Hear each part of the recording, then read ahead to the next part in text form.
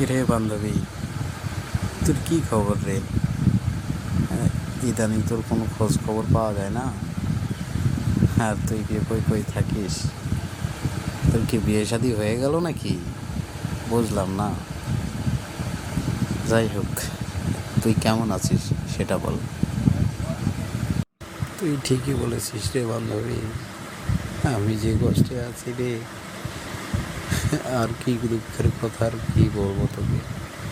আমার বিয়ে হয়েছে, স্বামীর বাড়িতে গেছি, স্বামীতে উঠতে বসতে খালি মারে।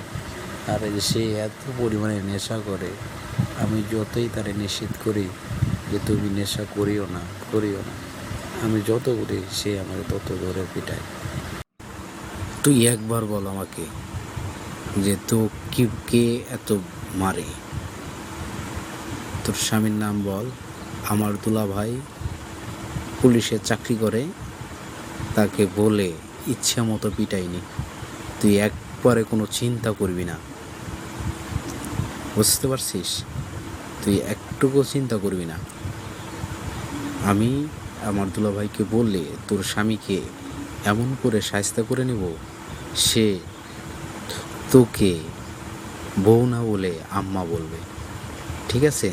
তুই একবার শুধু আমার নামটা বল।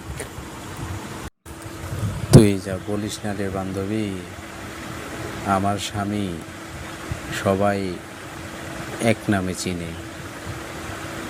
হ্যাঁ, তার নাম হচ্ছে যে শামসু, কুবা শামসু। সে একটা বড় সন্ত্রাসী। সে বাইরেও সন্ত্রাসী করে আর ঘরে আমারে গিয়ে পিটায়।